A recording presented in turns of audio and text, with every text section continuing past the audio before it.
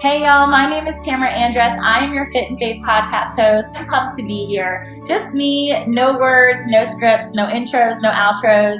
I love authenticity. I hope to breed vulnerability. And I usually do this alongside another dreamer, mover, shaker, entrepreneur, passionista is what I love to call them. If you're a dude, then a dude.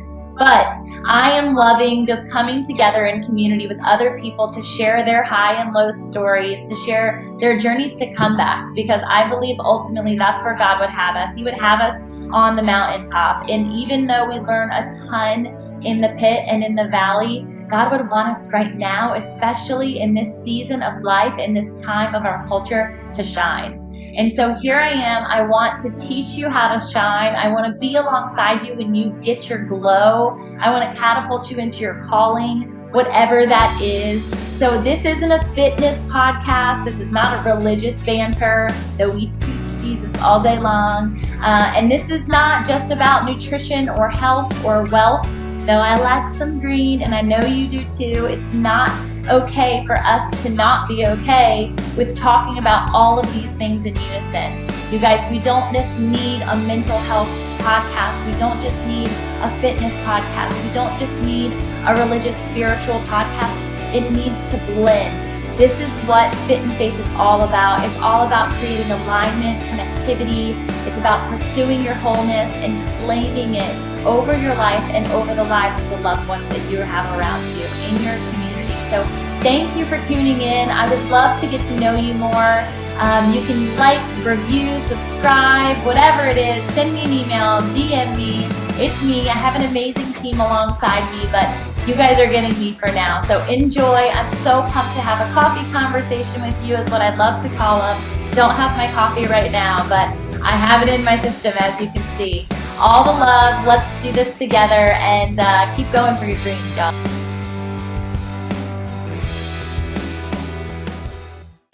But welcome to the studio. This is Elizabeth's first time in-house. I'm so excited. And so it's pretty fun because I visited you in all of your little spaces, and it's been really fun, just evolution of getting to know one another. We got introduced, and I've just been like seeing her from afar for a long time online because I know her husband from high school.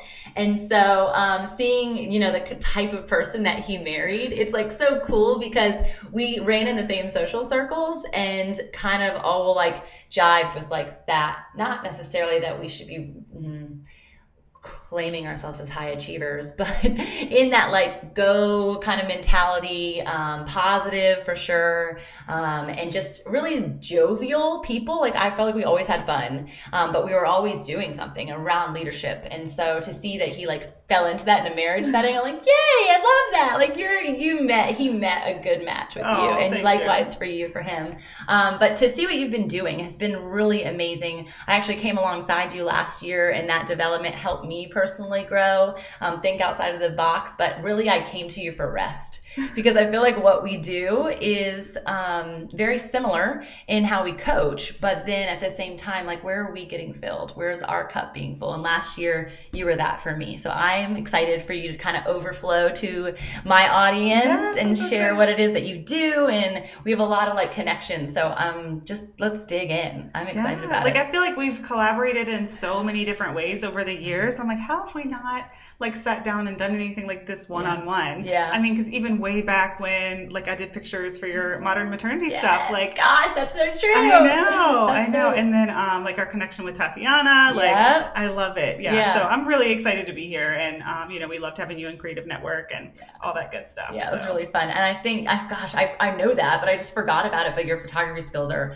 a whole nother like part and hat that you wear, which is so amazing. But knowing that there's other people, other women in our community, like advocating for such like just overall well-roundedness, I like just thrive off of that. And so it always just makes me so happy to know that there's other groups that are like, doing for good things, not only for themselves, but for their community outlets. So yeah, I'm excited. I'm glad that we're like in person and it's just us. I like to say like we're multi-passionate, right? Yes, so totally. Like photography was amazing, and it allowed me to quit working for like corporate America, but I needed the helping people part. Like I needed the teaching part, that component. So cool. So kind of like walk us down that path. What was that like for you? Because I know you were a part of corporate America. Where did that evolution happen? Oh my gosh, my evolution is super messy. So it's the like, Messy Success podcast. It's like literally that GIF or that meme that you see where it's like, you know, real life, and it's like messy destination. Like that is me. But the quick and dirty version, I graduated from ODU with a degree in graphic design. Did that for like 2 years and really missed field hockey because I played field hockey there too. Cool. And started coaching at Ocean Lakes High School. Yeah. That's what led me to teaching art at Ocean Lakes High School, where I met my husband. Yes. I've always loved photography, but like everyone's like, you won't be able to make a living doing that. Yeah, like everyone pushed me to do graphic design, right? Like that's safe. Yeah. And I didn't really know any better. So after Mark and I got married, I kind of picked the camera back up. Mm-hmm. Funny story how my mom gave it to me at my bridal shower. Oh. And I'm like thinking I'm going to open up like a dish or underwear, and there's this like really nice DSLR camera, and I just boohoo cried in front of everybody. I'm not a big crier. But it's like I just knew I was going to do something with the camera. Wow, that gives me chills. Yeah, That's it's so crazy. Cool. And I did. I never put it down, and I built my business, and I quit teaching. And then, you know, photography very early on, like I wasn't even very good yet. Yeah. And I was like, who wants to learn how to be a photographer? Like, that's just who I am. Like, that's just so let it all hang out. Like, I will teach you. Yeah. And that kind of evolved into the actual like entrepreneur coaching and community building and, you know, all the things that I'm doing now. Yeah. Which basically now I still photograph weddings. Mm-hmm. So I've been doing that for 7 years, which is crazy.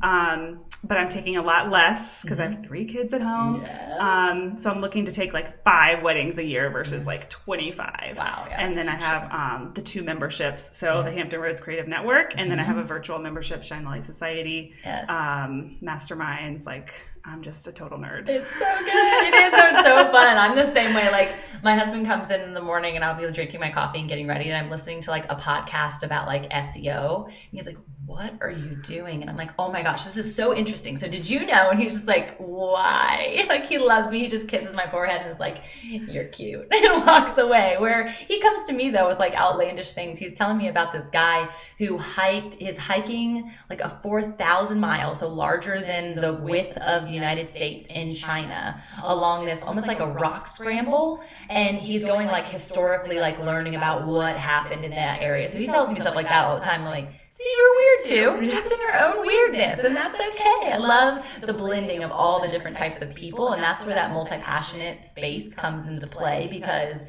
you can wear all those hats and actually pursue them and have it under this concept of like an umbrella of this is who I am, and that's okay. I don't have to explain or segregate yourself in those ways. And I think you did a really beautiful job of the evolution of that for people to not feel confused. Oh, and it's okay also if it's messy, because that's life. Yeah, totally. Right? Totally. I know my husband's like, there was always a drop off. Like the photography, I kind of got it. Like I understand what you were doing. And then all this other stuff started happening. And he's like, I don't even know what you do anymore. Yeah, so cool though. But that's 2020. Like that's multi-passionate, and then multiple revenue streams, and, you know, personal brands, lifestyle brands. Like we actually have this amazing, world that we live in where we can just make money being ourselves, right? Like the more authentic in yourself that you are online, like you build these tribes, and like we get to make money just doing whatever the heck we want. Like I think like I've never thought of it in that regard. Like obviously that's what it is, especially this whole concept of personal branding, and not like even. And I have Fit and Faith as my Instagram, and I struggle with that so much because I go back and forth on what that means. But wouldn't God like intend for that? Like I feel like that's like a heaven thing to say that like you should do what you love. You should be affluent in what you love because that's who you are, instead of the opposite, which we were really taught to like go into the workforce, be a digital marketing person because that's what's going to make you money, be a creative designer. But that's not the purpose. Like the purpose beyond money, beyond anything that we do to create, you know, affluency for our family is like the passion point. You get to bring that home and that energy home to your kids on a daily basis. Exactly. Like one of my biggest, you know, overarching missions is just to show my kids like that you get to do what you want to make a living. It doesn't have to be like you have to be this or you have to be that, but you can truly do anything you want. Like the sky's the limit. So I hope that I'm showing them through all the crazy things that I do that, like we get to choose. Yeah, that's so good. As long as you follow your gifts and your passions, then the rest will kind of take care of itself. That's so true. What does Mark do? He actually works for the government now for BAE Systems in Chesapeake. Okay, yeah. Cool. And he loves it. Yeah, it's like government contracting, so like all of a sudden he's kind of a badass. That's awesome. He's always been a badass, let's be serious. Yeah. That's really cool. But the transition for him from like coaching to like he's such a leader, he's such a mentor, he always falls into that role. Cool. To Target, to Dollar Tree, and I feel like he's finally landed, somewhere where there's so much room for growth. Yeah. Does he still do any coaching or anything like that? No, I keep trying to get him to, but he's like, I would never be home. Yeah, that's true, especially with the kids. Well, maybe when they start doing sports, he can go into that like dad coach role. I think my brother just started doing that, and I think it's so cute because they're naturally, when you, especially been a part of the Ocean Lakes football team, which my brother was as well, and it's like Coach Prince just ingrained it in them. It's like he left his mark, like he would on a cow. What is that called? Branding. He like branded them as like, this is more than just going and learning about football. It's that mentor component that I think is so cool. Speaking of, we were talking about like internships and mentoring programs for our own businesses. And when you start creating a personal brand, there's like so many legs to that. The ODU program, and I didn't realize that you were necessarily an alumni from there. They have a mentoring opportunity where you can literally just mentor somebody for free. It's kind of like your community service to being an alumni, but you can do it as a non-alumni too. Oh, very so nice. It's something you should look into because you naturally do it for everyone anyway. Yeah, or like Mark would be good at that. Yeah, right. Like, I don't want to make time for that. Yeah, but he would be so good at it. Right? To have like a little brother is what it makes me think of, because like I remember being in college and being like, I have no idea what I'm doing. But at the same time, you put on this front, like, I know exactly what I'm doing with my life. Why? Yeah. Isn't it a weird feeling? I don't know if I was really ready for like the real world. I mean, I did okay, right? Yeah. Like, I got a little entry-level job after college. Like, I survived. Totally. But, man, yeah. But I feel the same way about my own kids, and we've talked about like the journey of like whether college is even the right thing, and having this PG year, this post-grad year where you get to go explore what are you really, really passionate about. And I hope as multi-passionate people, like we help them explore that a lot sooner and let them know that like art, if that is your genre, or sports or whatever, that's not just like that's not just like a feel or like extra arm that you have. Like that's actually a part of your gifting. And so walking into that, how can you use that, I think is a really beautiful thing. Yeah, definitely. I know. I feel very strongly that like college is important as far as maturity and like being that stepping stone from like adolescent to adulthood. But college is a business. And like something that I've realized, being an entrepreneur is like, when I went back to take teaching classes, like the lesson plans and the way that I was learning to be a teacher, like didn't actually fit the mold that the Virginia Beach City school system wanted us to use. So like, if you're telling me I paid thousands of dollars for a class and created lesson plans that I can't use because they're not in the correct format, and like they taught me amazing skills, but looking back on it now as a business owner, I'm like, they are making so much money. And college and universities, like it's a business in itself, just like the NFL is a business. So true. I hadn't really thought of it like that. So like, it always just seemed like the next step, like you were just supposed to do and it. It is important. Like I would not change my experience for the world. But as far as my kids, like I just want to encourage them to do whatever they want. I mean, some of these photographers out there didn't even go to college and they're making crazy good money. Like it's almost more like that vocational or VOTech type concept where like, what are you passionate about? Let's explore that and keep growing there versus having to go and take, 2 years you're just doing gen eds. And I was probably not doing gen eds more than I was doing gen eds because I was really living the life in the college experience, right? So it's very interesting. I hadn't thought about it from that perspective because I was in business school and actually took like my actual business plan that I cultivated and put it into works after school. And that was where Modern Maternity was born. And at the same time, like nothing they taught me from a fundamental standpoint of business applied. Right. Because that project was based on like a $1.1 million budget.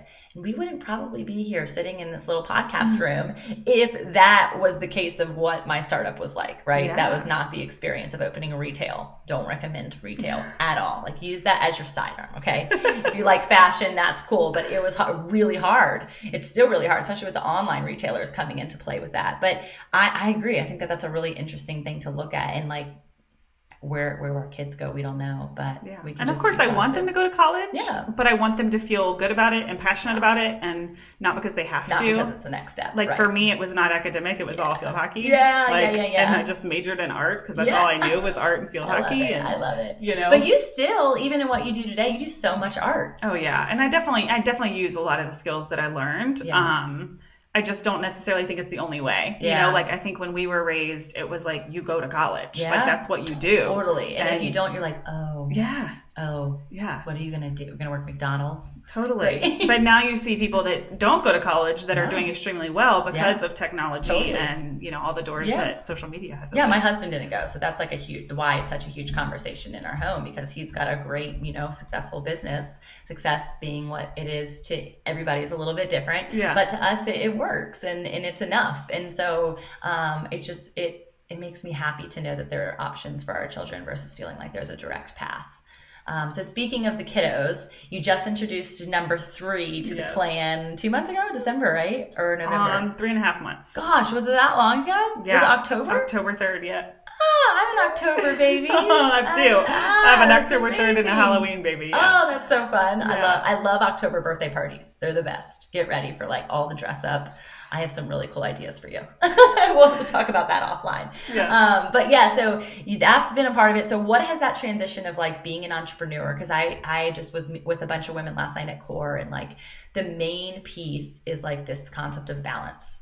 That's really what they want. And I'm all about this mind, body, soul balance and alignment, and like in your personal, you know, self, but also in your life. How have you started like creating that? It's funny the transition, you know, like when I had Gracie, my oldest, she's 6, I was still teaching. So I had like a traditional job, a traditional maternity leave, and then I started growing my business, and then I found out I was pregnant with Maddie right after I left teaching. Okay. So I kind of got thrown into the entrepreneur mom life. Wow. And I remember it being really hard.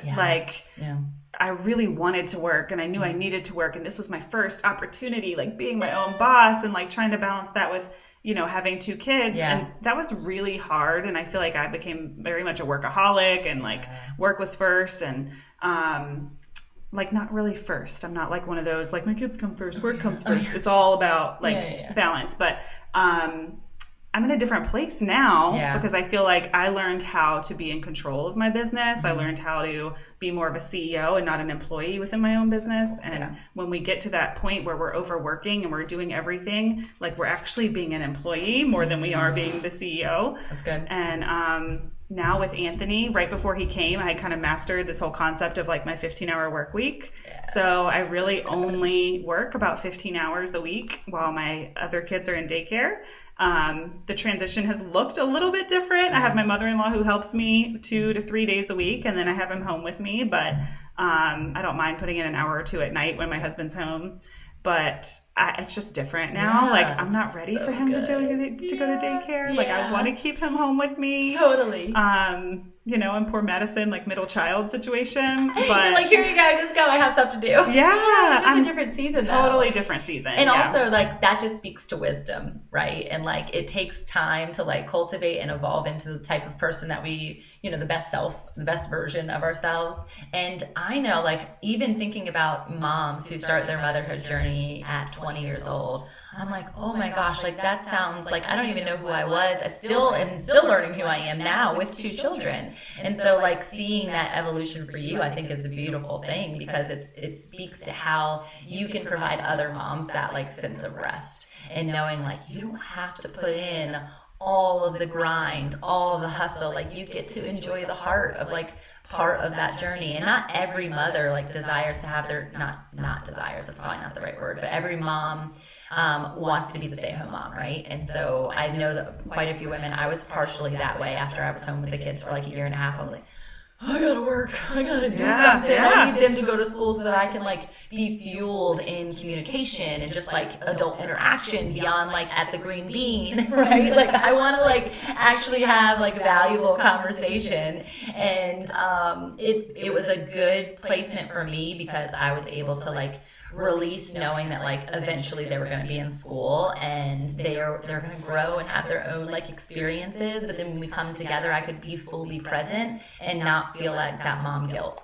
Yeah, I definitely feel like I like to keep the containers separate. I talk about that a lot. Like I like to either be intentional and be having time with my kids, or I'm working. And there are some women out there that can do an amazing job of multitasking. Yeah. But I really prefer to be all in on one or the other, whatever that ends up, looking like. But yeah, it's just, I'm in a different season and I'm realizing like you don't have to work hard. Like, I do think when you launch a business, there is some hustle there. Like all the hard work that I put into my photography business, like I wouldn't have been able to grow it at the rate I did if I hadn't kind of had a little bit of that hustle and that grind. Yeah. But now looking back, it's like, we don't have to like push so hard. Yeah, right? well, I think that makes you more relatable. Yeah. And so like you're talking kind of going backwards to what we were talking about before of like personal branding, and like part of your brand is the fact that you have 3 children, is the fact that you get to just wear a mom hat, just wear a wife hat, just wear the friendship hat. Like so much of what we do takes place outside of what our company title or company name is. So I love that we can still make money and still like be happy in that passion pursuit, knowing that we're not necessarily working at that hour. Yeah. Right. Sometimes when I do like feel like, oh man, I wish I could work a little bit longer, because my work days are like, I say 2.75 hours that I get to work Monday through Friday. Not even that right now. It's so short. But like I look at my life and I'm like, but I get to drop my kid off at daycare. I get to pick her up from daycare. I get to have Anthony home for bits and pieces right now. And it's like, I wouldn't trade that. Like even on the hard days, like I wouldn't go back to like being 9 to 5, it's like hard enough having one parent that works 9 to 5 every day. Right. So true. I just feel like I would never see them. Yeah. But I can't do the full stay-at-home mom thing either. Like, yeah. I'm not a good enough cook. I'm not a good enough. That's so good. Yeah. It's like, I need the happy medium. Okay. And the cool thing about that is, and I think that this is a message for anybody who's out there who's feeling overwhelmed by that or feeling like societal pressure to be one or the other. You don't have to choose. You get to be both. I made a post about being both and. And I think that is so valuable for people to know that you don't have to be segmented. It goes all the way back to us saying like the multi-passionate concept. Like you can be all of those things and you can be good at all of them. Are you going to be perfect at all of them? No, but nobody's perfect. And so give yourself grace in those spaces. And obviously at the end of the day, like being present, I think is so good. Yeah. So I love like the conversation, like the journey of this, because it's we're what they call WHAMs. We work at home moms. Yes. So it's like we don't quite fit in the stay at home mom, but then we don't quite fit the work out of the house. So that WHAMs, that's what they call us. It's so good. I always like go with like the mompreneur. I really like WHAMs because it's so true. And now with all of the different like passion places that people can do, is because you actually picked up like really getting into like the oily business. Was that last year or the year before? It was about a year ago. Yeah. Okay. Yeah. So like explain like, you've got your own business going. Yeah. You've got your other like photography business going. You've got your wife hat, your mom hat. What made you introduce an entirely new thing? Well, so, okay, this is when people were like, what do you do? I'm like, I have this, photography is like my main thing. I have my 2 memberships and then I have the podcast. Yeah. I don't really consider oils like a business. Yeah. But I think I was in this position where, because I do have a little bit of a tribe, I was able to bring on maybe 10 women on my oil team, and it's enough to pay for my kind of oil habit, my addiction. Yeah. So, cool. And I kind of dabbled with like putting it out there and, really doing the marketing for it. But like to do really well, like I need to be all in. And I'm like, I'm kind of happy just having enough that it kind of pays for itself. That's perfect. Yes. But I'm like such a Young Living guru. Like my husband laughs so hard. He thinks it's like voodoo magic. And I'm like, no, Anthony just went to sleep. And I rubbed me some calming stuff right on my wrist when I rocked him to sleep. So good. It's so good. I think it's amazing. And it is all natural. And like, that's where at the end of the day, like I want everybody to kind of go into that. And it's not about like the sales marketing about it. It's really just like being holistically living, Oh my gosh, yes. and not, utilizing. I remember my grandpa always being like, just rub a little whiskey on his teeth. You'll put him right to bed. And I'm like, really? Like, I don't think that's a good idea. I think my mom did that too. Or like the Benadryl. Just give him some Benadryl. I'm like, well, I don't really want to give them Benadryl. Like they're not sick. I don't need to put them to sleep. So like really like tapping into this new age, whatever you want to call it. But if you do the research, like the organic piece of that, it's amazing. Really what people need to be focusing on more, I think. Yeah. And it's such an interesting topic, especially for my household, because we've never really been into like the whole like organic or plant-based or whatever. But I do remember when I started using the Thieves Cleaner, which is all plant-based, and I can give Gracie the entire bottle and a rag or a paper towel and let her do the cleaning, and I'm not worried about her getting bleach and chemicals on her hands or in her eyes because it's all plant-based. That's so cool. So it's like little moments like that. Like when I clean out their lunch boxes, I don't feel weird about their food being in the same place as like a cleaning product. Like that all cohabitates so much nicer. Yeah, how interesting. I hadn't even thought about it from that perspective. We use all the Thieves products too. I love their soap. Their hand soap just like brings me life. I'm just like, after I wash my hands, and their toothpaste. Not that this is a plug for Young Living because I don't sell it or anything, but I really enjoy all of their products. Their toothpaste and their mouthwash are amazing. My kids don't like it yet, but I just love all of it. Even I was talking to someone the other day about their makeup, because I've started using a lot of their makeup and stuff, and I'm like, I just love it. I'm all in with the Young Living. So if you guys ever do need anything, I'm all. So just to speak to that, because I am about the whole space of your body as well, has using that and having that kind of like aha with like the plant based and it being safe. Have you started transitioning like your food habits? No. Okay. I love it. Okay. No, I wish though. Like I am in the season where I'm constantly telling my friends like, and I know it's a season and I'll come out of it. Yeah.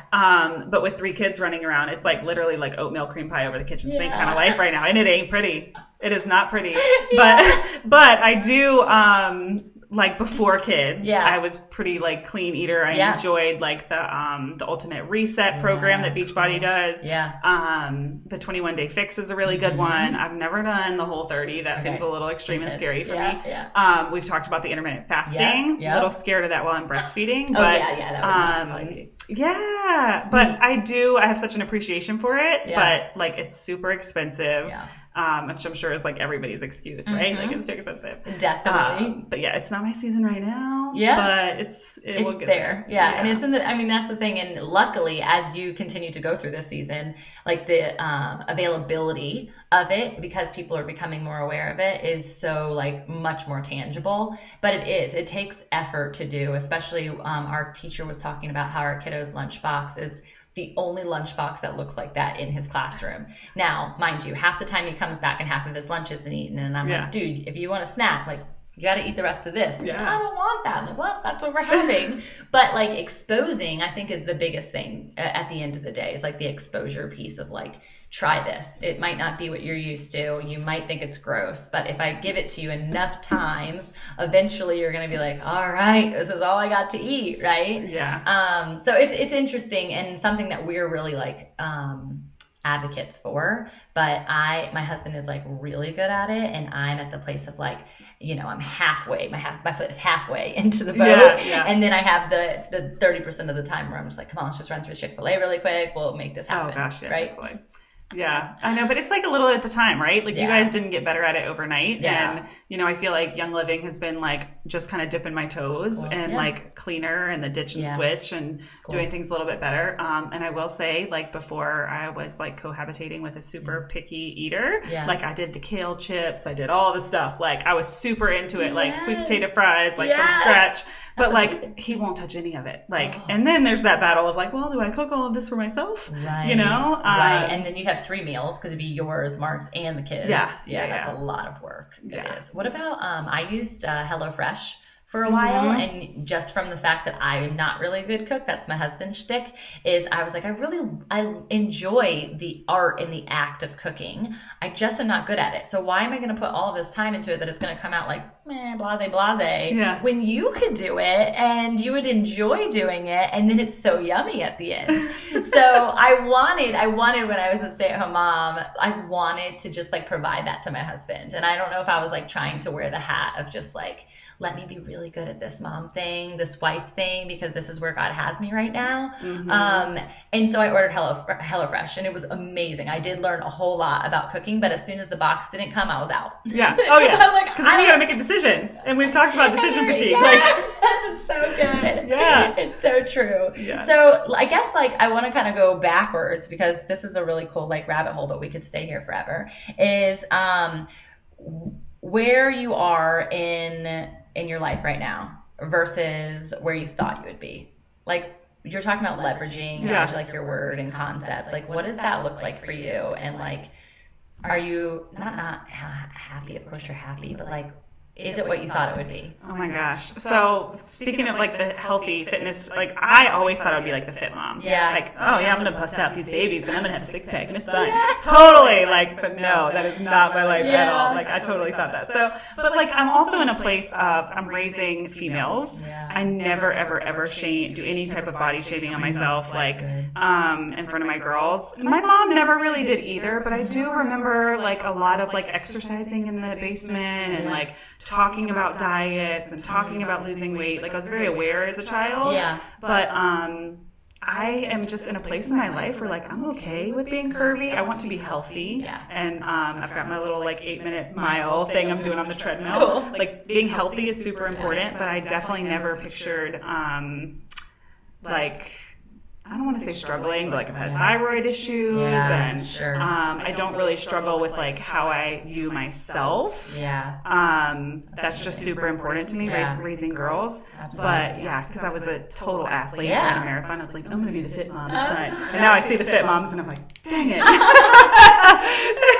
Awesome. But it's like we give ourselves grace, right? Yeah. And then on the business side, like, oh my gosh, I have two voices right now that are like, they're coaching myself, like, you're on your own pace, you're on your own time. But of course, like, I envision myself being like way farther along in a lot of areas. Yeah. I do take so much pride in my photography business and how well that has done. And like, it's awkward to say, but like that piece came so easily. Yeah.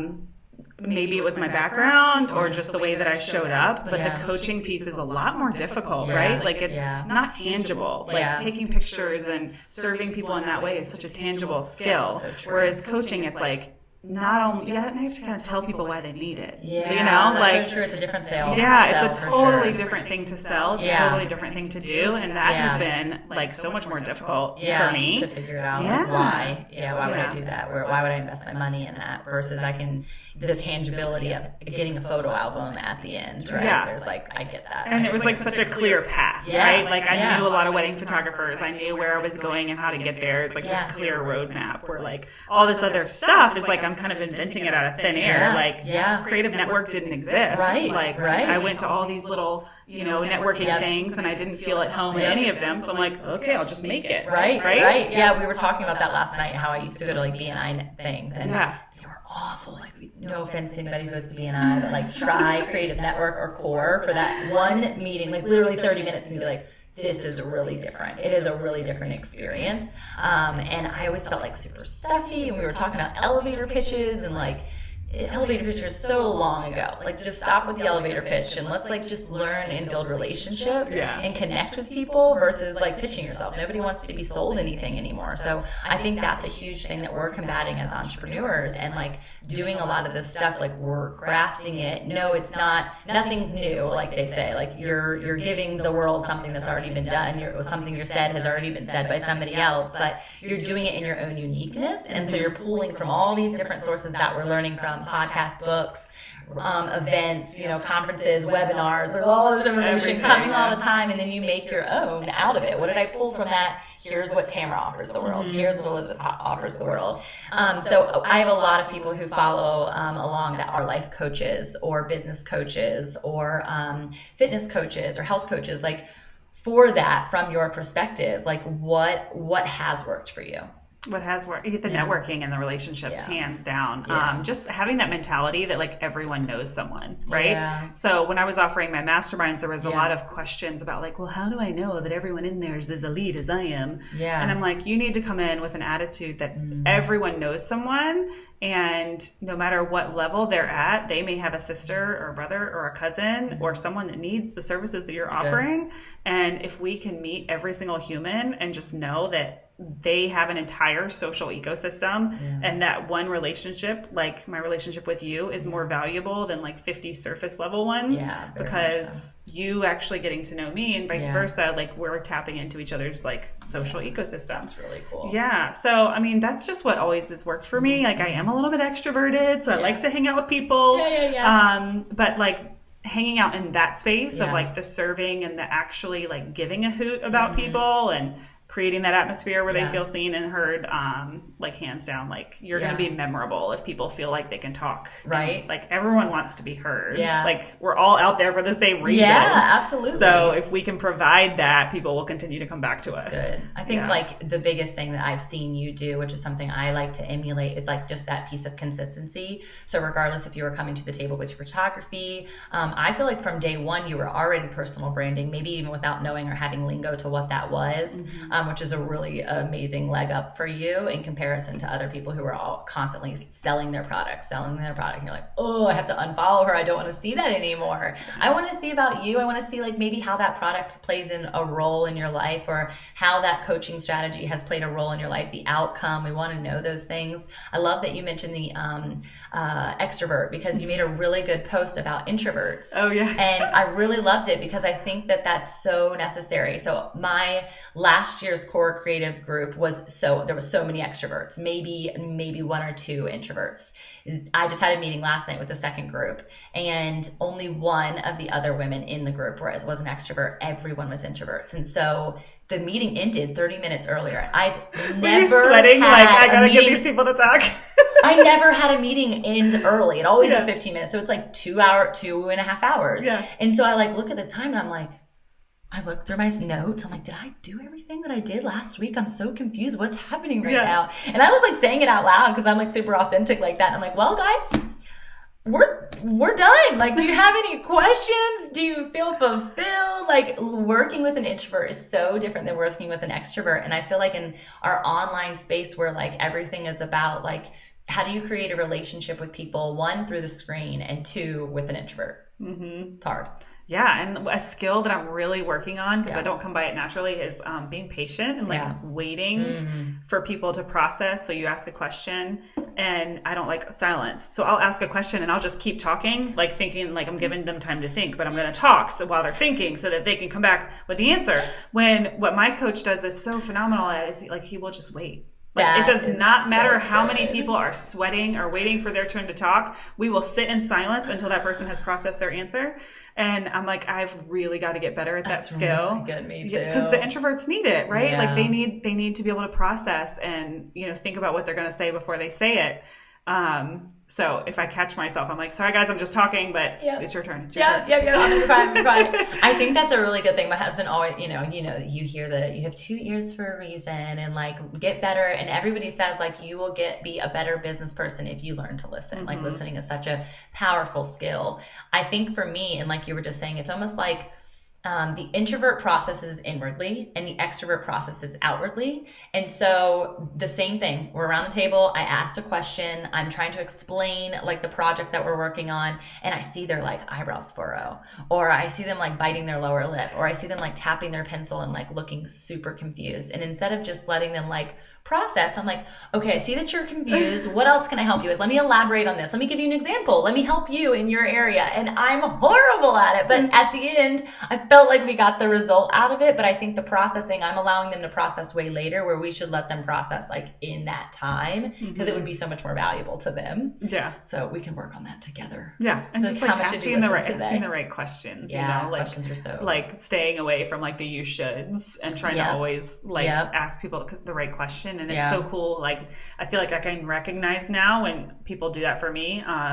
Sharon Hunley, who's like a big part of my life, like I was struggling with something the other day, and she's like, no, you just need to ask yourself X, Y, and Z. Yeah. I was like, oh, you just coached the heck out of me right there. Good job. That's awesome. Yeah, I was like, that's exactly what I needed, right? Like, yeah, so good. Yeah. I think that's another thing, like, about the coaching piece, about what we do, is like sharing with people from a selling perspective of like, what exactly is coaching and why do people need it? I think it's really synonymous to therapy, honestly. Maybe even the same thing, but like it's in a different mindset of what therapy is versus coaching. Coaching is not scary. Therapy can be scary, but they both have really amazing outcomes. So for coaching, for like what you're doing, what would you say is like your why? Like, why do people need it? I just like to help women like get where they want to get and kind of overcome their roadblocks, their personal, whatever's keeping them from achieving their dreams, right? Like nothing breaks my heart more than when people are like, oh, I really don't like my job, but it provides insurance, so I guess I'll stay there. And I'm like, okay, so you're telling me for the next 30 years, you're going to do something that you don't like. And come home to your kids every day doing something that you don't like, and that's when I knew I needed to leave teaching, not because of the kids. I love the work I did, but like walking down those halls, I remember one day specifically seeing like 5 people in a row go, is it Friday yet?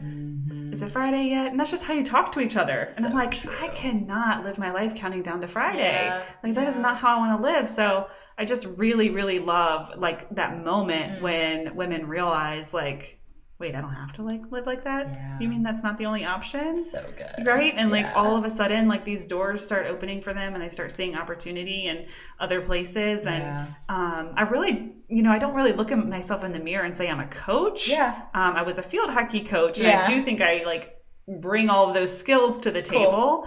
But I really just like the community piece and that I like to provide a safe container for women to really like overcome a lot of those hurdles, and they do the work, right? Yeah, like, absolutely. You're just kind of like guiding the conversation and guiding the mindset and like pushing them into that right direction, which I think is so powerful. And it's similar, like you could read probably what it is that we do. If we packaged everything that we would teach, everything that you taught me in Creative Network last year, and we put it into a book, right? I could read the book, I could go through it, my however long it takes me with 2 children and dogs and all that stuff. But it would take me a month, let's say. And I would get all the same information that took me a year to get last year. The variation in that is the applicability piece. And I think having a coach where you're like, how is it beneficial for me to talk to you for an hour when I can get everything that you sell in this book? Well, the relationship one, the knowing and the feeling of that community piece of like, I'm not alone in my thought process. So when I read a really good book, I'm thinking, oh my gosh, she totally gets me. But there's no conversation about like, I love that you feel that way. Like, let's connect on that. And how can I press past that conversation in my brain? Because it is all about the story that we tell ourselves. That's the roadblock. We create the roadblocks. Totally. They're not there. They're not like physically in your way. You might feel that way, but it's because of the mindset that you have towards it. You're speaking about the Friday thing. This was something that I like made happen when my kids first started going to school. So they were like 2.5 and 3.5.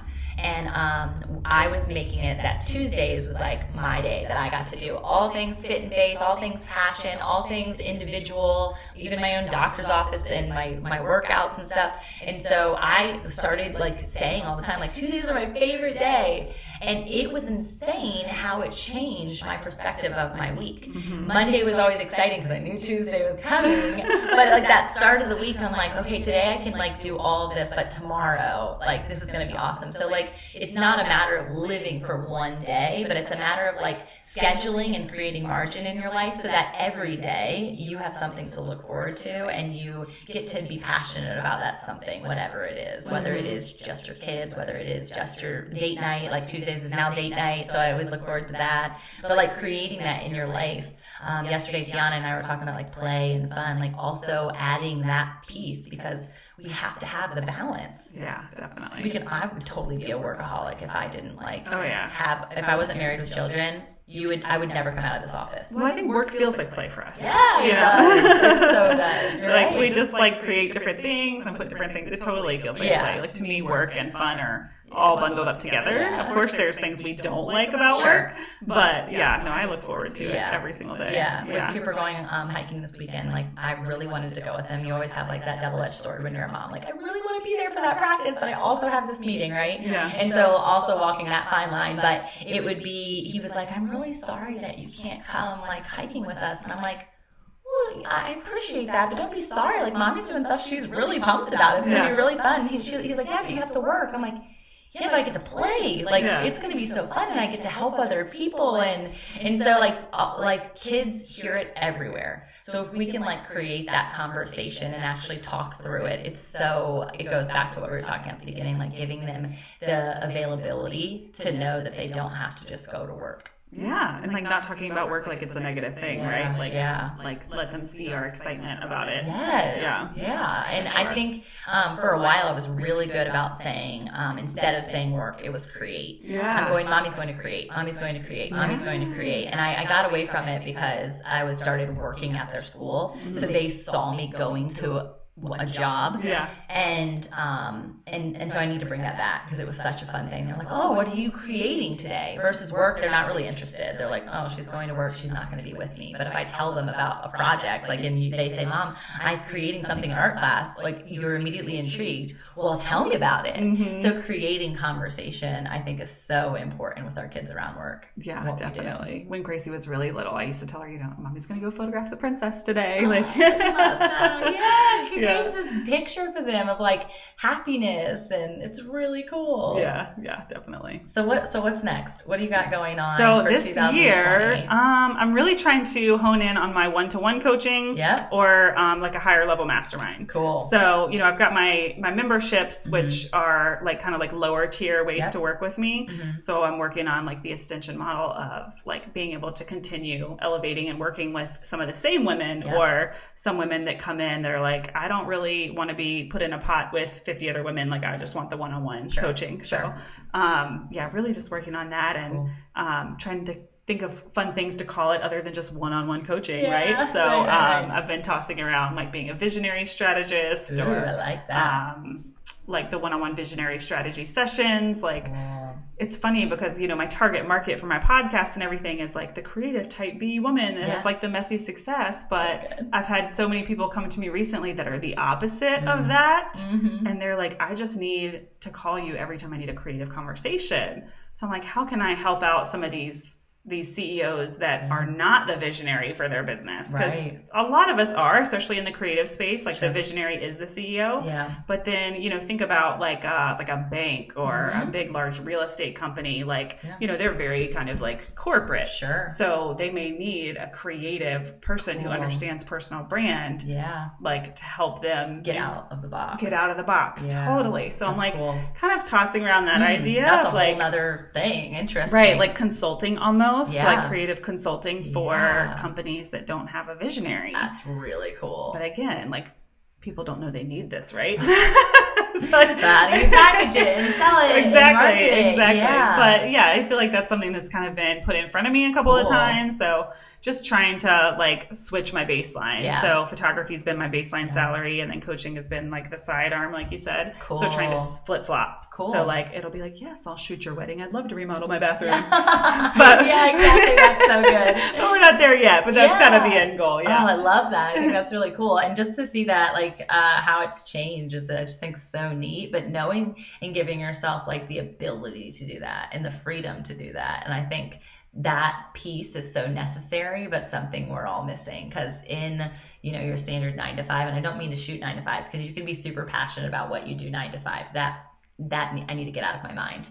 But a job that you're doing just for the financial gratitude, and then you live in the other hours of your life, which is only half of your life, by the way, is creating that freedom. Like literally, like you can do that if you just put your mind to the fact that it exists. Grab hold of it and walk into it. And I think the biggest piece for so many people is walking out of a corporate job. Like where do you get the fear? How do you take the fear away from that experience? Because I think that's one of the biggest roadblocks, is just all of the what ifs. Well, what if I don't make the money? What if, I lose my 401k? What if I don't have insurance anymore? And these are like real questions and real issues. Mm-hmm. So how do you help somebody like walk through that part of the process? Because I know that we both coach people who are passionistas on the side and, talk about switching the baseline. Okay, you're about to get out of your full-time career. How can we make that happen? Yeah. I mean, I think first of all, like women need to understand, like if you love doing both, like that's totally okay. Sure. Like there's so many side hustlers out there that feel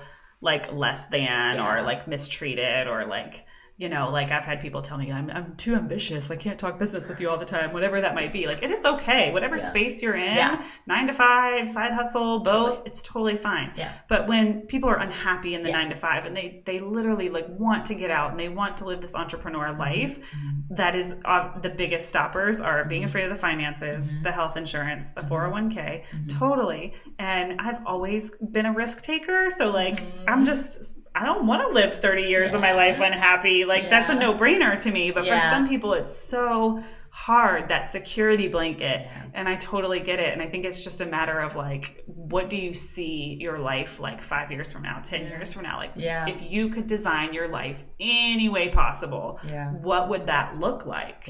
And does that include this day job? Like because of all these security things, like what if you allow yourself to envision your life the way you want it, right? Like as if we do that visualization work and start being that person, like if we already act as if we are that person, like we'll become that person. That's so good. And it's really just getting them to be able to see outside of that safety box. And the insurance, and that's all just money at the end of the day. It's all money. It is. It so is. And I hate that like is the main driving force and the main inhibitor. Yeah. Like there's so much more. And that's that like joy, like just find your happiness, find your passion. And what if we don't live another 30 years? Like, what if we don't get to touch the 401k anyway because we die in a week? Like, do you want to like go down in a job you hate? Yeah, and like for our kids, I mean, I think that they're a huge part of our why, and I think every mom has them as a part, but they aren't the why. Like, there should be more to your why than just your children. They're a huge part. They're the legacy. I get all of those things. I love my babies, but I was a person before they came along, and I'm going to be a person when they go off to college and make their own lives. And I'm watching that from my mom's perspective and her experience now as a Grammy. Like, now she lives through those babies, and like, so her life has transitioned. I want to have that experience of like knowing who I am and knowing that I am pursuing my passions with my kids alongside me versus waiting to discover what that is until later.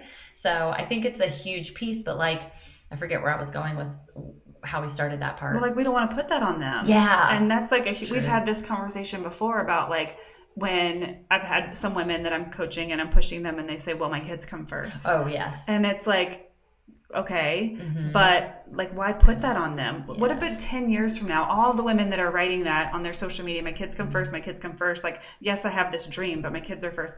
Their kids are going to be 18 and they're going to read that and they're going to go, that sucks. I held my mom back. Yeah. Right? Like, we don't want to put that on them. Interesting. Yeah. So, I always am like, no, there's no this or that. Like, kids and our passions, like what make us who we are, like they're apples and oranges. And the biggest thing we can do for our children is to do what we truly want to do and what we're truly passionate about. And they may not understand it at 6. Right. But, I watched my mom go from, not enjoying her job as an emergency room nurse to quitting to being a full-time artist. I was, I think, in middle school. So it was like super like pivotal age to see this. Yeah. And she would sit me down and she would say, you have to do what you love and figure out a way to make money doing it other than the other way around. And I know that that's like a special little gift that I had a mom. That's a huge part of your destiny. Yeah. Like, chills. That's so cool. So like, I don't have this like, I grew up poor story. Like, no, I had a mom that freaking believed in me and she didn't want me to follow in those footsteps of just doing what I was supposed to do. Yeah. So I did. I was so blessed to have that. Yeah.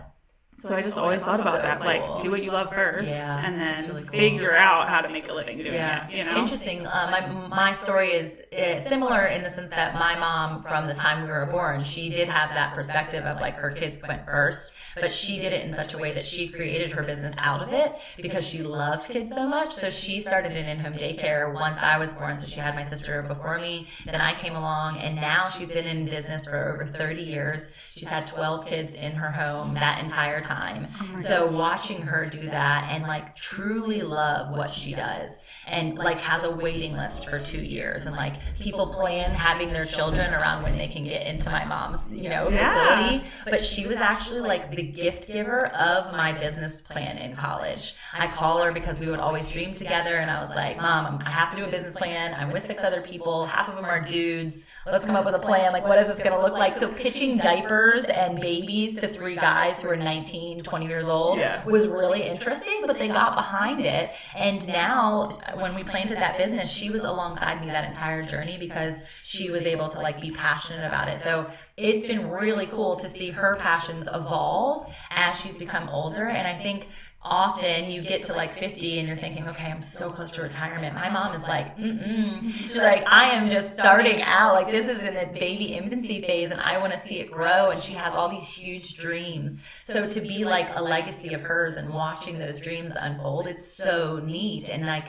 I want to be that for my kids. I want them to know that like it doesn't matter how old I am and it doesn't matter how old you are. I'm going to keep dreaming and I'm going to keep pursuing that passion. Yeah, absolutely. I love seeing like these entrepreneurs that are like, retired and they're older. Yeah. But and a lot of times they are in the state where they've worked and retired in a profession, all because of the financial piece of providing security to their kids. So they're just for the first time in their lives, mid-50s, saying, I want to do something I love. And I love that they're doing it now versus never doing it and just being complacent in that. But it's also like, start now. I don't know how old you are, who's listening, but just start something little. Yeah. I mean, and like, I just feel like our kids always, come first. Like, we don't have to say that. Like, what successful person out there is like, I've got where I am because my kids aren't first. Yeah. Like, that's not a thing, right? So, like, it's just a roadblock. Yeah. So, like, when we look at ourselves in the mirror, like, I want to do X, Y, and Z, but I can't because I have kids. Like, that's just one of those, like, stories that we're telling ourselves. Right. Now, there's seasons, right? Like, Anthony's 4 months old. This isn't the best time for me to, like, go out and do something crazy. Start traveling 5 days a week. Yeah. Like, there's absolute seasons. But, like, I just, I want my kids to be able to see that like we were able to do mom and follow our dreams. That's good. Right. I'm gonna maybe challenge you for a minute. Yeah, because I think a big part of that is like our health, right? And you already have like the wheels in motion for that. And so like adding that piece into your life and knowing that like I really am specifically thinking about my burn boot camp instructor. Part of his journey was that his mom had never put her health first because they were first. And when he got older, he actually had the joy of like personal training her and helping her lose 70 pounds. And I know you and Mark already have it innately in you from all of your sports stuff. So like watching that transition and allowing yourself to let your kids see the importance of that. You're already doing it. So just like keep doing it and challenge yourself with the next thing. You've done the intermittent fasting. You've done all these things. Like put them back into play. Yeah. I love that conversation because I talk about goal setting. Yeah. And the gym, I don't know if you listened to one of my early podcast episodes where I'm like, if you want something in your life, right? Like you have to make a wish list. So I knew this was probably like a year and a half ago. It was like July before I got pregnant. Okay. And I was like, okay, like the time is now for me to like get back on this fitness journey. What do I need to make that happen? Yeah. And this is how I tell people to like set their goals. So I wrote down exactly what I needed. I need something out of the house. Yeah. I need something with community. Cool. Short workouts. Like I was super interested in like, not quite CrossFit, but like something like that. And location. Like it needs to be super close to my house. Yeah. So crazy. I just got on Google and started looking for stuff. And I found Fit Body Boot Camp, which is 25-minute workouts. Cool. 7 minutes from my house. Cool. Community. They go like Fit Fam, the whole 9 yards. I love it. And it was amazing. So, and that was before you got pregnant? Yes. Okay, and cool. I worked out through my first trimester. Okay. Yep. And they let me like freeze my account to have the baby. So now I'm just on that like, when am I going to go back? Like, you know, we have to have you've had mastitis and all that. Oh my God. Ugh. Yes. Yeah. But it's funny because even health goals, like are all kind of treated the same as like our business goals or life goals. Like once you kind of learn what you need to do as a person, not you, but like in general, to accomplish something, it's like it now becomes this like system. Because even when I bought my camera, I'm like, okay, what does it need? It needs to shoot fast. It needs to have low light capabilities. It needs to have long battery life. Cool. And then you go out and you buy that thing. And it's all clarity, right? So getting really clear I got really clear on what I needed to be able to like work on my fitness journey. But if really it's good. just like in our heads Right. and we're not really clear on what's going to help us get to that point, Yeah. then we'll never really get there. That's right? really good. Yeah. That's really good. Yeah, because especially, and we're in a perfect time to talk about it, like with New Year's resolutions, people setting all of these wish lists or goals or resolutions, and it's like, oh, I want to be healthier this year. What does that mean? Okay, well, let's let's go into that conversation and unpack it a bit. Or I want to clear my debt. I think that that's a huge, finances are a huge thing, and I think our age bracket right now. And so learning about that, well, how are you going to do that? And what does that mean to you? And like being financially free means something really different to me than it might to you. Totally. And so setting that, I think that clarity, and I like the wish list concept of like, I wish with this at the end, and work your way backwards. Almost. Right. Like what would help us get there? Like I know I need community. Like I show up better when I show up for other people. Yeah. So like that needs accountability piece too. Yes, that needs to be like a piece of the puzzle. Absolutely. Really cool. Do they have a daycare? No, but Gracie could come with me. So she was old enough. They have like little like waiting area. Cool. So like the older kids, as long as they're like well behaved. Yeah. And she loved it. Like she's like, oh mommy, like once the baby comes out, you can go back to your gym, right? So like that is totally like in the works. Yeah. I'm trying to do my 8-minute mile first. Oh yeah, tell me about that. So we have had a treadmill for a long time. Okay. I actually bought the treadmill. So I was pregnant before Anthony had a miscarriage, like an early miscarriage. Yeah, wow. And I bought the treadmill right at the beginning of the pregnancy because I knew I needed to like take care of myself while I was pregnant. Right. And then we lost the baby, but Christmas came, so we had to move the treadmill into the garage. The garage ain't on my wish list. Yeah. No. I was like, Mark, I'm so happy that I have this treadmill. Yeah. But like, it ain't on my wish list. Yeah. So it sat in the garage for a while, and I also had this weird kind of like, did I lose the baby because I lifted the treadmill? Like, you know, and you know that stuff isn't true. I know. But anyway, so I finally like got over that hump, and he just now, a couple weeks ago, I guess early December, moved the treadmill into my office, which makes me so happy because it's like in my domain. Yes. So the first night I got on the treadmill, and this is like, I'm totally like a in the now kind of person. I'm like sharing on Instagram, first night on the treadmill after my baby, blah, blah, blah. But I'm like, my ODU field hockey stuff is in my office. My marathon stuff is like down the hall. So I'm like feeling myself, right? So I run like an 11 freaking minute mile, but I'm feeling myself. So I set the goal. I was like, I will run every day until I hit 8 minutes. Cool. Every day is like loose, right? Sure. But as like, if I tell myself every day, I might hit 4 or 5, right? Right. Because that's how we goal set. We always set higher. So I'm going to try to get my mile to 8 minutes. I'm under 10. I'm at 9:49. Nice. The mastitis was like a whole nother setback. Yep. Because now I'm like scared to death of sports bras. So it's like, no. But so my goal is once I hit the 8-minute mile, then I'll go back to Fit Body. Yep. Oh, that's amazing. See, that's good. You already got it in. But I have to have like, I have to work towards something, like, or else it will just be all like willy nilly. Definitely. So yeah, I love it. I think that's awesome because I know that you're good at the goal setting thing. So it's like, okay, how are you getting here? What's that look like? I'm excited that we talked. And I really think this like the 4-month hump after having a baby, like what do they call it? The 4th trimester is now done. Totally. So it's like I'm kind of re-emerging. Yep. And the 21-day fix is like totally on my radar. Have you ever done that one? It's so good. Heard of it. What is that? It's the containers. So yes. Okay. Cool. So it helps you with like the portion control and if it pushes towards clean eating, but it's mostly just helping you with the portions of like all the different things. That's a huge thing. I did that after Gracie, and I do well with like structure, but like not too much structure. So I'm like, okay, I got Whole 30. Like that's it's really intense. Yeah, I could honestly probably eat the stuff though. It's just like the shopping and the preparing, like.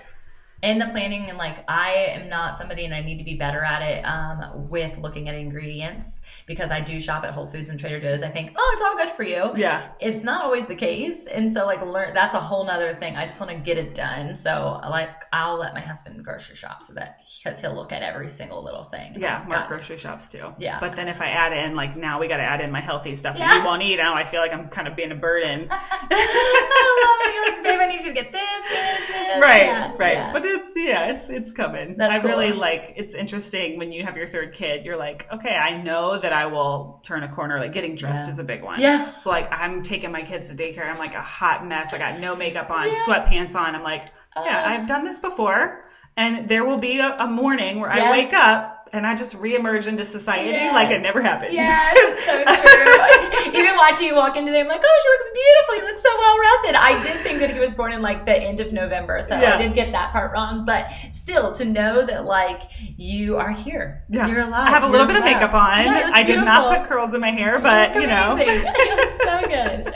I'm excited for you. I'm excited just for this year. I feel like there's just so much positive energy towards this year, unlike any year that I've really seen, especially from an entrepreneurial space. So this new decade concept, I think, is a part of it. It's not really the new year. It's the decade thing that's really like hitting home for people. Yeah. And I'm just like I feel like I'm slowing down to speed up, you know, like I just, I know that everything I'm desiring is like right on the horizon. And I've been trying to think a lot about like, how can I show up on social media so it like feels light and easy? Like to me, this is so easy to have a conversation, like not have to prepare any content or craft up the perfect response, but just to have real conversation.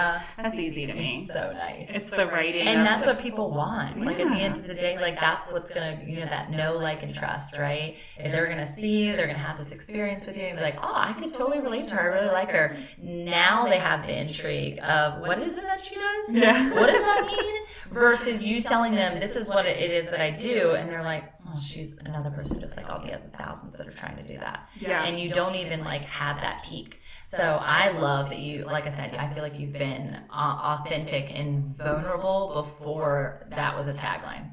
So thank you for that. Oh, thanks. Yeah, Thanks. it's I hard think, to be with uncomfortable. photography, I feel like that's really what separated me is that I wasn't trying to be really good. I was like, hey, look, I got a blurry background on this picture. And I blocked every single thing. I mean, so people just got really invested in the journey. Like, really cool. and I try to do that with the coaching. It's a little harder to like have visuals for and articulate, right? Like I coach my first person, it's a little different than getting a blurry background for the first time. But, I really do like try to share the space that I'm in and like, it's totally fine if we're not all, there yet. Right. And I feel like that's a huge thing is I had somebody, I was on a coaching call the other day and it was actually a man, which I was totally outside of my comfort zone, but he like showed up for a webinar and then he was like, hey, can I, take advantage of the free the coaching call? And I'm like, yes, let's do it. And fortunately, I knew him from like back in the day from high school. And so I had this comfort level because I'm not there yet. I feel called to women right now. Yeah.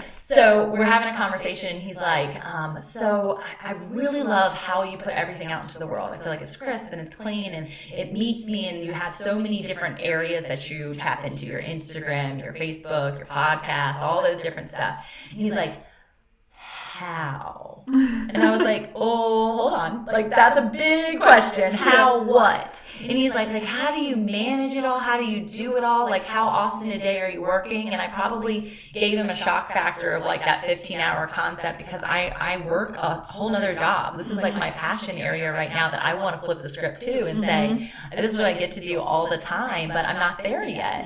And so he was blown away at the fact that like this whole concept of like a schedule. And I know in advance what I want, what's happening, so I know when I'm going to post. And like, I write on the fly because I feel like I have to be in my emotion right then in order to post. I'm not somebody who can like schedule out my post and do that. I want people to know what I'm feeling right now because I want to relate on you right there. But I know content that I need to have prepared that's going to go alongside that. And so anyway, it was an interesting conversation. He's like, oh. I'm like, give yourself some grace. Like, I am not showing up the way that you think. I'm glad that it appears that I'm showing up because that's what I need to do as a business person. But when we are coaching and we have these people coming alongside us, we're not, and I don't want to like negate where we've come from or the experience that we have had that we're bringing to the table. I'm not any further along than you. Yeah. I just have resources that I've learned that I can now give you and teach you as a sister in this journey because I want to be further along and eventually I will be. But that's where like that mastermind concept really comes into play is I'm only bring to the table the amount that I can. You bring to the table all of the things that you've experienced. So being able to lean on one another and have that community piece, that sisterhood, and not being a solopreneur, but being an entrepreneur with a kick-ass community. I want that for people. And I feel like that's what we're cultivating. And I think that's really just ultimately what a lot of people want. They don't want to feel alone. Yeah. They don't want to jump and take the risk of losing their 401k and not having any idea what to do with it. Right. They want to have a conversation with someone. How did you do it? Yeah. And Right? I might tell people, I'm like, I'm not special. Like, Yeah. I just feel like I have these tools Yeah. to like recognize my limited beliefs when they happen. You know, like when I really want something and I want to go after it, like what are my limited beliefs around it, right? Yeah. Like even the health journey, like, Yeah. okay, Liz, well, like, what are your limited beliefs? Right. Okay, well, like not cooking for myself and my husband. Like those are all limited beliefs. Yeah. Like, what do I need to accomplish? Yeah. So it's like, I feel like I've just adapted this skill to have these conversations with myself that help me get from point A to point B. And like, it's not that I like, you know everything or have it all together. Like I'm not teaching women like email marketing.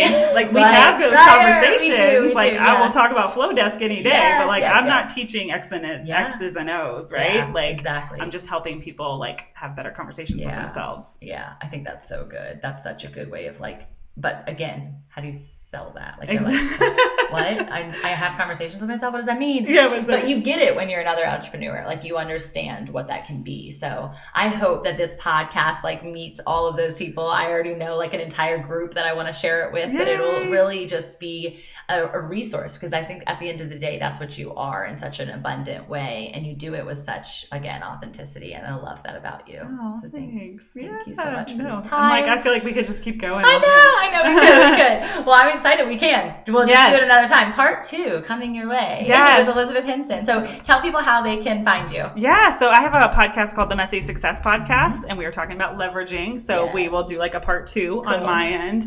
And then Instagram, I'm Elizabeth.Henson. Yeah. And then my coaching website is elizabethhenson.co. Photography is just Elizabeth Henson photos. But all the things. Personal branding. All there. I love it. And I love her Messy Success Podcast. So put it on your plan to listen to experience. It's awesome. And she really does just come to the table and just like, this is me. And I love that, but also super resourceful. And not as long either. I like the shortness of some of them are short, like little bite-sized episodes, just because I'm trying to show up and talk about like what I'm really in. Yeah. I mean, there's a lot of talks about the pivots in there, and I have a lot of unpopular beliefs about social media, like that's on there. You know, I told the girls yesterday, I was like, you guys, I think the internet is going to go away. And they were like, what? And I'm like, I just want, like, social media is just going to blow up. You're not going to have Facebook and Instagram. Let's pretend, let's hypothesize that that's going to happen, because it's a fictitious dream that I have. What do you have? Totally. What's left?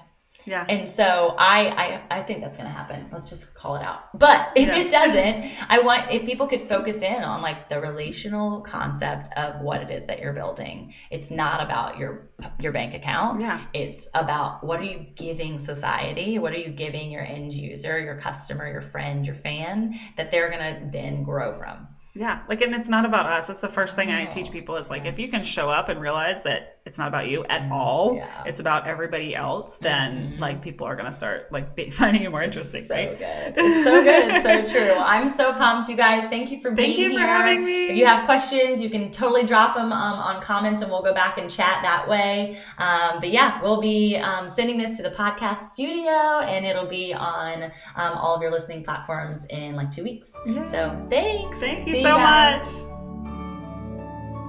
I'm Tamra Andress. I'm your Fit and Faith host, and I am so excited to just be here to share with you other movers, dreamers, shakers, entrepreneurs, pastors, whatever. If you've got a head and you've got a heart, I'm so excited to explore who that is, whose you are, and discover your wholeness, your health, your wealth, and your joy. I love to exude happiness. I want people to know that this is not, this came with trial. You guys, this came with a lot of effort. This came with a lot of lows and so many highs. And I want us to experience those together. This is a real community of dreamers, and I'm excited to help catapult your calling, your kingdom experience, the purpose of your imprint on the world, wherever, however that is. So come along for the ride. I'm excited to chat with you. Like, comment, review, send me a DM, send me an email. It's me responding, even though I have an incredible team.